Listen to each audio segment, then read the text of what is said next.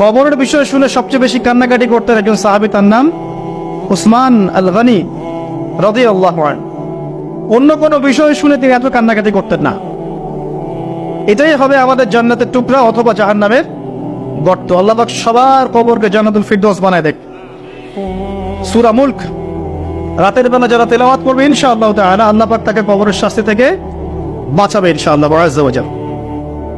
সূরা ইয়াসিন আপনার কোরআনের মগজ, প্রাণ, হার্ট, এটা যখন পড়বেন আপনি বুঝতে পারবেন কেন এটাকে হার্ট বলা হয়েছে। সূরা বাকারা যে ঘরে পড়া হবে সেই ঘর থেকে শয়তান পালিয়ে চলে যাবে। আমরা তো বাড়ি করলে হুজুর ডেকে আনি, তাই না? ঝাড়ফুঁক করাই, বাড়ি বন্ধ করি, তাবিজ করি, কত কি করি না? মাশাআল্লাহ, আসল কাজ করি না। একটা জায়গায় উঠেছেন, বাসায় উঠেছেন, নতুন বাসা, সূরা বাকারা তেলাওয়াত করেন। ব্যবসা স্টার্ট করেছেন, ওখানে সূরা বাকারা প্লে করেন বা তেলাওয়াত করেন। সূরা বাকারা যেখানে তেলাওয়াত হবে বরকত আসবে এবং সেখান থেকে শয়তান পালিয়ে যাবে ইনশাআল্লাহ তাআলা। অনেক ফজিলত আছে। সূরা কাফিরুন,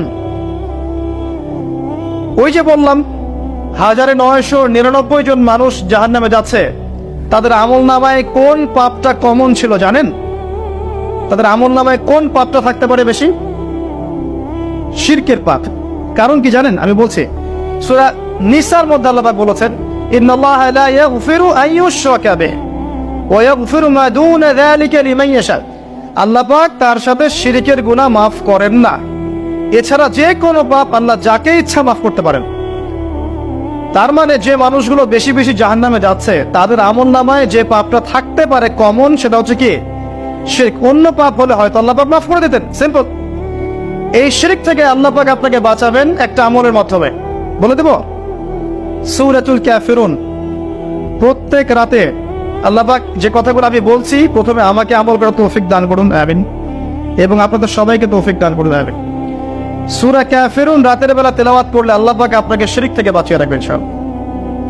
এছাড়াও আরো 3টা ছোট ছোট সূরা আছে, সূরা ফালাক, সূরা নাস, ইখলাস। সকাল সন্ধ্যায় 3 বার করে, ফজরের পর 3 বার 3 বার 3 বার, মাগরিবের পর 3 বার 3 বার 3 বার। এটা বিকেলেও করা যায়, আসরের পরেও করা যায়। আর ঘুমানোর সময় 3-3-3 করে হাত দুটো একত্রিত করে ফু দিয়ে সারা গায়ে মাসাহ করে ঘুমাতে হয়। এটা করলে দৃশ্য অদৃশ্যের ক্ষতিগুলো আপনাকে স্পর্শ করবে না ইনশাআল্লাহ। মানুষ ঘুমালে শয়তান ঘাড়ে 3টা গিট দেয়, মনে আছে হাদিসটা? মনে আছে? গিট দেয় এবং বলে, তুমি ঘুমাও, তোমার সামনে লম্বা রাত। আবার গিট দেয়, তুমি ঘুমাও, তোমার সামনে লম্বা রাত।